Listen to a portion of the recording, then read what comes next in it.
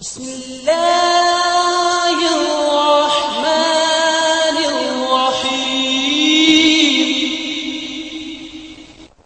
والسلام على من لا نبي بعده وعلى آله وأصحابه والتابعين نهج أما بعد فأعوذ بالله من الشيطان الرجيم بسم الله الرحمن الرحيم قال الله تعالى وتبارك في الكلامه المجيد قل بفضل الله وبرحمته فبذلك فليفرحوا هو خير مما يجمعون وقال الله تعالى في مقام آخر في شان حبيبه إن الله وملائكته يصلون على النبي يا أيها الذين آمنوا صلوا عليه وسلموا تسلیما۔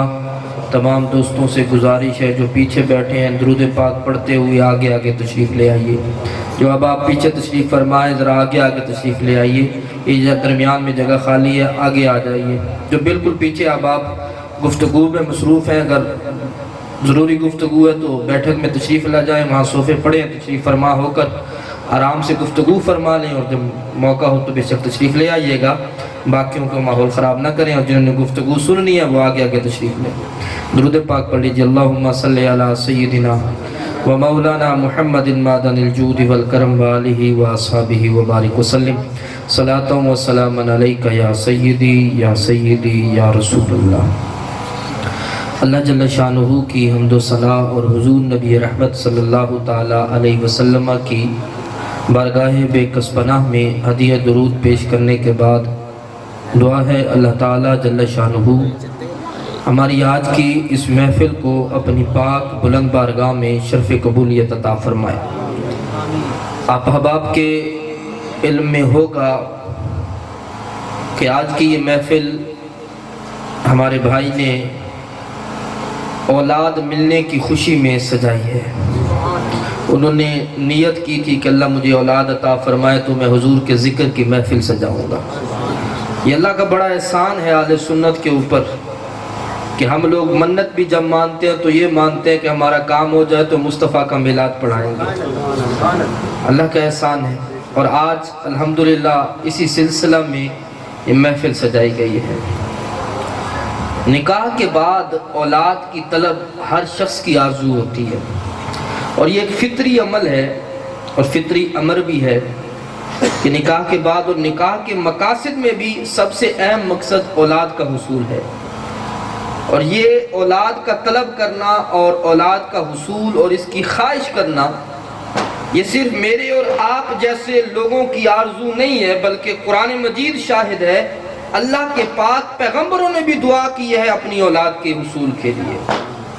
تو اولاد کا ملنا یہ بہت بڑی نعمت ہے۔ اب اولاد چاہے بیٹے کی صورت میں ہو تب بھی اللہ کی نعمت ہے، بیٹی کی صورت میں ہو تب بھی اللہ کی نعمت ہے۔ غور اس بات پہ کرنا چاہیے کہ اللہ نے اولاد دی ہے، چاہے وہ بیٹی ہے یا بیٹا ہے، ورنہ بہت سے لوگ آپ کے آس پاس بھی ہوں گے، ہمارے جاننے والے بھی ایسے ہیں کہ ایک عرصہ بیت گیا شادی کو مگر اولاد نہیں ہے۔ کہیں ایسا ہوتا ہے کہ شوہر میں کوئی مسئلہ ہے تو اس کا علاج چل رہا ہے، کہیں ایسا ہے کہ خاتون کا کوئی مسئلہ ہے تو اس کا علاج چل رہا ہے، کہیں ایسا ہے کہ دونوں کا کوئی مسئلہ نہیں ہے پھر بھی اولاد نہیں ہے۔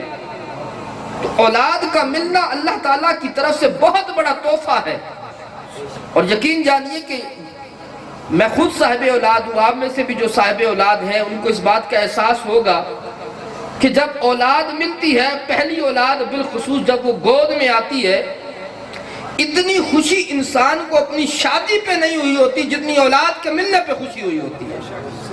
یہ اللہ تعالیٰ کی طرف سے ایک ایسا تحفہ ہے۔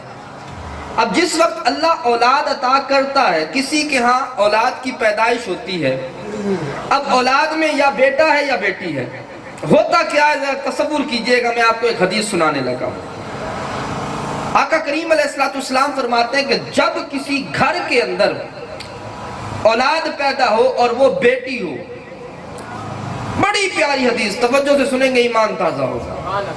محبوب نے ارشاد فرمایا کہ اذا ولدت للرجل جاریۃ، جب کسی گھر کے اندر بیٹی پیدا ہوتی ہے، فبعث اللہ ملائکۃ لہا، اللہ تعالیٰ اس بیٹی کے لیے فرشتوں کی جماعت کو بھیجتا ہے. یَضِفُونَ الْبَرْکَةَ زَفًّا، وہ فرشتوں کی جماعت گھر میں آ کے برکتوں کے دروازے کھول دیتی ہے. بیٹی کی پیدائش ہوئی، گھر میں فرشتوں کی جماعت آتی ہے، برکتوں کے دروازے کھول دیتی ہے. اور پھر کیا کہتی ہے؟ وہ فرشتے آ کے کہتی ہے، وہاں آ کے اللہ کا پیغام سناتے ہیں اس گھر والوں کو. کون سا پیغام ہے ذرا سنے جن کے ہاں بیٹی پیدا ہوتی ہے؟ وہ فرشتے آ کے کہتے ہیں کہ یہ جو بیٹی پیدا ہوئی ہے، اس بیٹی کی جو بھی پرورش کرے گا قیامت تک اللہ اس کی مدد فرمائے گا. آپ نے دیکھا ہوگا کہ بس اوقات بیٹے کی شادی ایک بیٹا ہوتا ہے، 6 بیٹیاں ہوتی ہیں.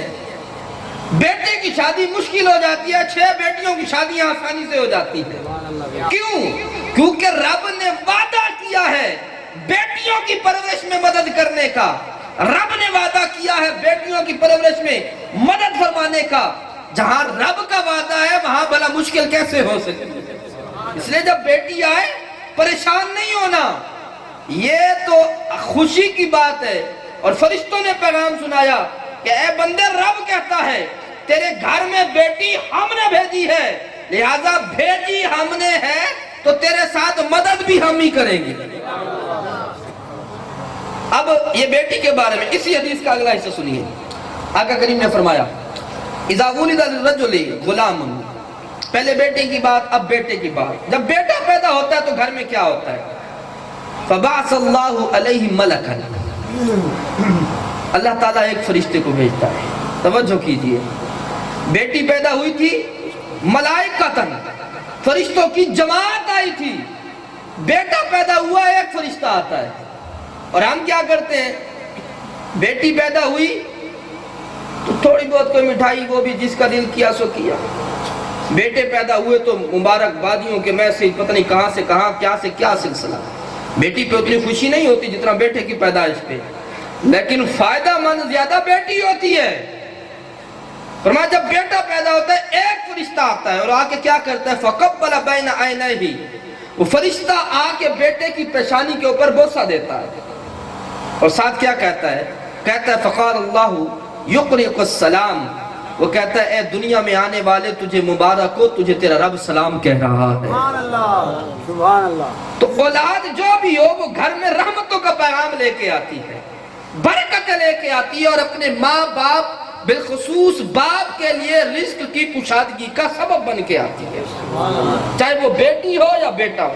یہ بات ضرور ہے کہ بیٹی کے آنے کی برکات کچھ الگ ہوتی ہے، بیٹی کے ملنے کے فوائد کچھ الگ ہوتے ہیں.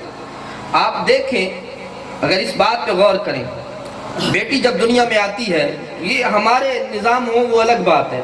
اور یہاں ایک بات اور بھی کروں، میں معاشرے کے 2-3 درد بھی آپ کے سامنے عرض کروں گا کہ جب بیٹی پیدا ہوتی ہے نا تو ایک جو فضا بن جاتی ہے. پہلی بیٹی پیدا ہوئی، چلو جی ٹھیک ہے، خوشی ہو. دوسری، تیسری کے بعد جب چوتھی مرتبہ اگر امید ہوتی ہے تو پریشانی ہونے لگتی ہے، پتہ نہیں کیا ہوگا.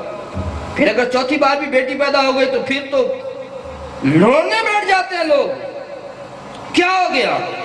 ایک لمحے کے لیے سوچیں. اور میں نے اس پر تھوڑا سا مشاہدہ کیا، یا آپ کے مشاہدے میں بھی بات آئی ہوگی کہ جب بیٹی پیدا ہوتی ہے بنیادی طور پر ماں اور باپ غمزدہ نہیں ہوتے، چاہے وہ 5ویں 6ٹھی بیٹی کیوں نہ ہو. ماں اور باپ بنیادی طور پہ غمزدہ نہیں ہوتے. ہوتا کیا ہے؟ جو اوپر کے لوگ ہوتے ہیں وہ ان کو پریشان کر دیتے ہیں، ان میں خاص طور پہ عورتیں. جب چوتھی تیسری بیٹی پیدا ہوتی ہے وہ دادیا کے سرانے کھڑی ہو جاتی ہے، اوہ ہم نے تو سوچا تھا بیٹا ہمارے تو بیٹے کا نام ہی مٹ جائے گا، ہمارا تو ایک بیٹا تھا، اب اس کی آگے صرف بیٹیاں ہیں، نسل نہیں چلے گی، اس کا تو نام ہی نہیں ہوگا. بے وقوفو، تمہیں کس نے کہا ہے کہ نام بیٹوں سے چلتے ہیں؟ نام بیٹوں سے نہیں چلتے، نام تو کردار سے چلا کرتے ہیں. اگر نام بیٹے سے چلنے ہوتے آج داتا علی حجویری کا نام زندہ نہ ہوتا، کیونکہ داتا علی حجویری کا بیٹا دور کی بات ہے، شادی بھی کوئی نہیں ہے. نام بیٹوں سے زندہ نہیں رہتے، نام تو کردار سے زندہ رہتے ہیں. لوگ کہتے ہیں نسل ختم ہو جائے گی. بھائی نسل ختم ہو جائے گی، کیا نقصان ہوگا؟ ہم کوئی خلائی مخلوق تھوڑی ہے کہ آخری نسل ہے، ہمارے بعد کوئی نسل آ ہی نہیں سکے گی. اور بھی انسان دنیا میں بچتے ہیں، ہم نہیں ہوں گے تو اور انسان دنیا میں ہوں گے.